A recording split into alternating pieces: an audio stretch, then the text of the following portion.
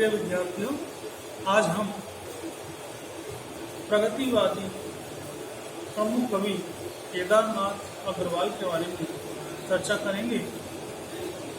हम प्रयोगवाद से पहले और छायावाद के बाद का जो युग था प्रगतिवाद, इसकी चर्चा कर चुके हैं। और जो प्रगतिवाद है, यह प्रगतिवाद शोषण का विरोध करता है, जनवाद को लेकर चलता है, जो श्रमिक वर्ग है उसका समर्थन करता है। तो इन सब के बाद ये जानना कि जो प्रगतिवाद है, उस प्रगतिवाद के जो प्रमुख कवि हैं, उन प्रगतिवाद के प्रमुख कवियों में केदारनाथ अग्रवाल सर्वोपरि अपना स्थान रखते हैं। तो केदारनाथ जो अग्रवाल हैं वो मूलतः प्रगतिवादी कवि हैं और इनकी जो समय सीमा है वो सन 1911 से लेकर 2000 तक मानी गई है। यानी कह सकते हैं कि जो प्रगतिवादी कवि केदारनाथ अग्रवाल, इनका जन्म अप्रैल 1911 यूपी में हुआ था। पारिवारिक स्थिति इनकी अच्छी थी। इनके जो पिताजी हनुमान प्रसाद अग्रवाल और माताजी लसिता देवी, इनके संस्कारों का प्रभाव केदारनाथ अग्रवाल की रचनाओं पर, उनके व्यक्तित्व पर हमें दिखाई देता है। इनके जो पिताजी थे उनको कवि कर्म अच्छा लगता था, कविता लिखना, सुनना, बोलना उन्हें अच्छा लगता था। तो उन्हीं से प्रभावित होकर केदारनाथ अग्रवाल अपने छात्र जीवन में कविताएं लिखने लगे। केदारनाथ अग्रवाल कवि होने के साथ साथ पेशे से वकील थे और वकील होने के बाद जो इन्होंने अध्ययन किया तो इनकी विचारधारा है वो मार्क्सवाद की ओर जुड़ी। मार्क्सवाद से प्रभावित होकर इन्होंने काव्य रचनाएं रची और स्वाभाविक है कि मार्क्सवाद जहाँ है वह साम्यवाद है। तो साम्यवादी सिद्धांतों के आधार पर इन्होंने अपनी काव्य रचनाओं में श्रमशील संस्कृति को महत्व दिया, श्रमशील संस्कृति को, किसानों को महत्व दिया, मजदूरों को महत्व दिया, क्रांति का समर्थन किया।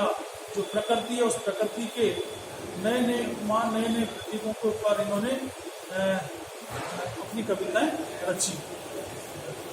जो केदारनाथ अग्रवाल है ये मूलतः 1930 से, कब से 1930 से काव्य रचनाएं करना शुरू हो गई थी। और इनकी जो प्रमुख रचनाएं हैं उन रचनाओं में सबसे महत्वपूर्ण जो रचना है वो रचना इनकी एक है युवती गंगा, नीम के बादल, वो नहीं रंग बोलते हैं।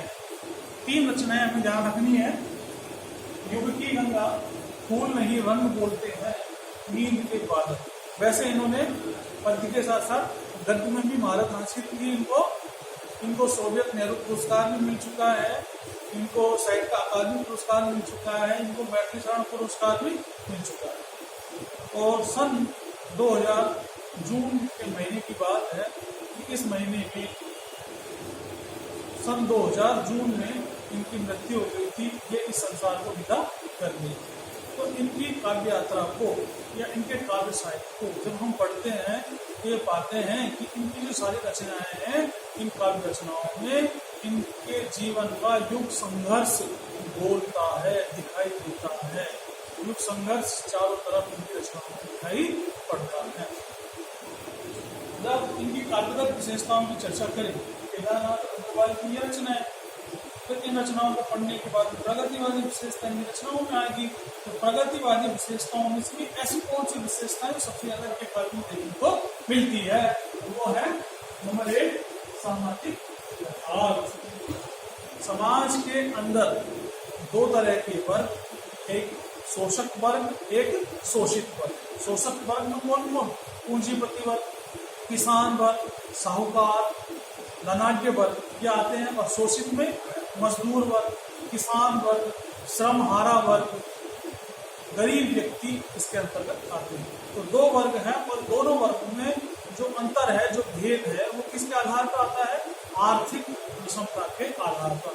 तो ये कभी समाज के अंदर जो व्याप्त आर्थिक विषमता है, इस आर्थिक विषमता को दूर करने पर बल देते थे समाज के अंदर जो उच्च वर्ग है, जो पूंजीपति लोग हैं, वो किस तरह गरीब लोगों का शोषण करते हैं, उसका कठोर और यथार्थ सामाजिक चित्रण की रचनाओं में हमें दिखाई देता है।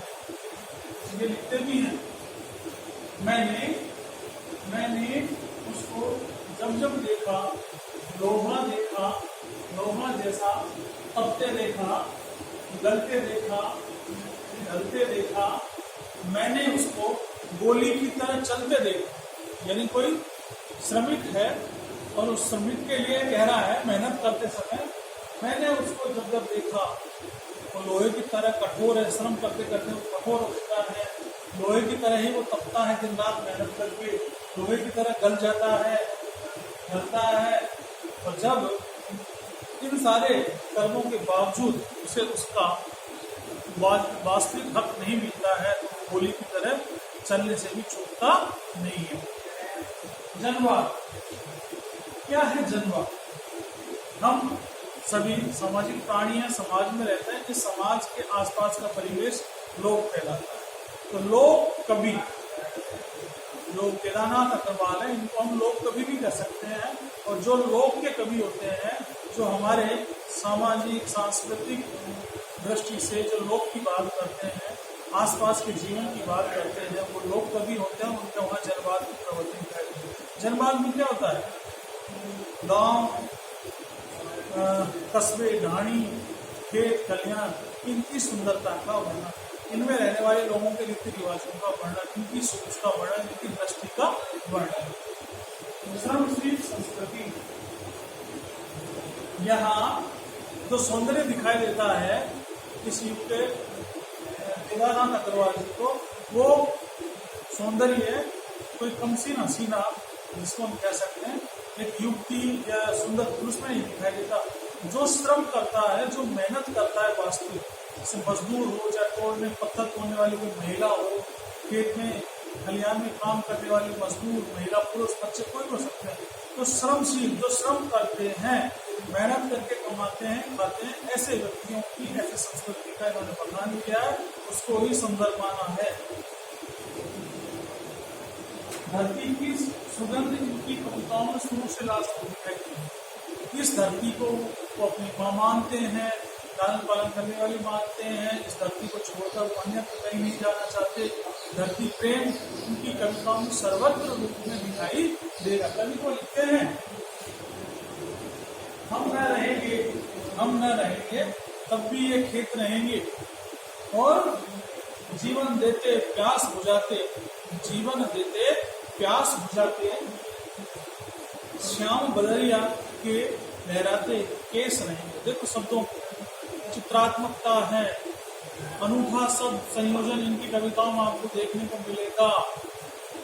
सुंदर वर्णन है प्रकृति का, खेत तब भी रहेंगे जब हम नहीं रहेंगे। ये खेत क्या करते हैं?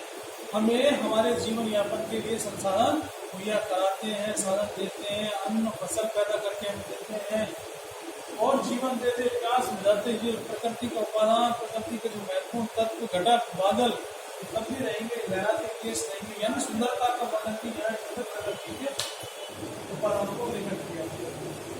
चित्रात्मकता और अनुभव संयोजन आप उनमें देख सकते हैं। समय की नजाकत को ध्यान में रखते हुए जो अंतर्राष्ट्रीय या राष्ट्रीय राजनीति पर भी व्यंग करने से नहीं चूकते। अपनी कविताओं में ये राजनीति पर भी बहुत प्रहार करते हैं, व्यंग करते हैं। जैसे जिसका एक एग्जाम्पल मैंने ब्लैक बोर्ड पे लिखा है, आग है ना पानी है, आग है ना पानी है, देश की राजनीति, आग है ना पानी है, देश की राजनीति बिना और पानी के क्या है? खिचड़ी पकाती है। देश की राजनीति बिना आग और बिना पानी खिचड़ी पकाती है। और फिर जब बिना आग बिना पानी के खिचड़ी पकेगी तो जनता क्या खाएगी? हवा खाएगी। यानी कोरे पाप राजनीति हमेशा मजदूरों को, दलितों को, शोषितों को, उपेक्षितों को सिर्फ कोरे स्वप्न दिखाती है। तो ऐसे स्वप्नों पे, ऐसी कल्पनाओं पर इस कवि ने गहरा प्रहार किया है, व्यंग किया। तो इसके बाद चित्रात्मकता इनकी रचनाओं में आपको दिखाई देगी। शब्द कौशल इनका बहुत अनूठा है। छंद का प्रयोग है, कोई छंदों की गुलामी पसंद नहीं करते, स्वतंत्र होकर उन्मुख भाव से कविताएं लिखते हैं। तो आज हमने केदारनाथ प्रसाद अग्रवाल के बारे में पढ़ा, जो प्रगतिवाद के सबसे प्रमुख सशक्त हस्ताक्षर हैं और जिनकी रचनाओं के बारे में लिखी रचनाओं का हमें ध्यान रखना है। युग की गंगा, फूल नहीं रंग बोलते हैं, नींद के बादल। देखो नाम से स्पष्ट हो रहा है प्रकृति है। युग की गंगा, फूल बोलते हैं, नींद के बादल, यानी प्रकृति के जो तत्व हैं, प्रतीक है, उपमान, उनको ही नाम बना लिया अपनी रचनाओं पर। ये सारी विशेषता हो गई, ये सारे एग्जाम्पल हो गए। तो इस प्रकार आज हमने केदारनाथ अग्रवाल के बारे में पढ़ा। महत्वपूर्ण कवि है, हमको इसके बारे में और इससे जानकारी हासिल करनी चाहिए और जानना चाहिए। बहुत अच्छे कवि है। थैंक यू, धन्यवाद।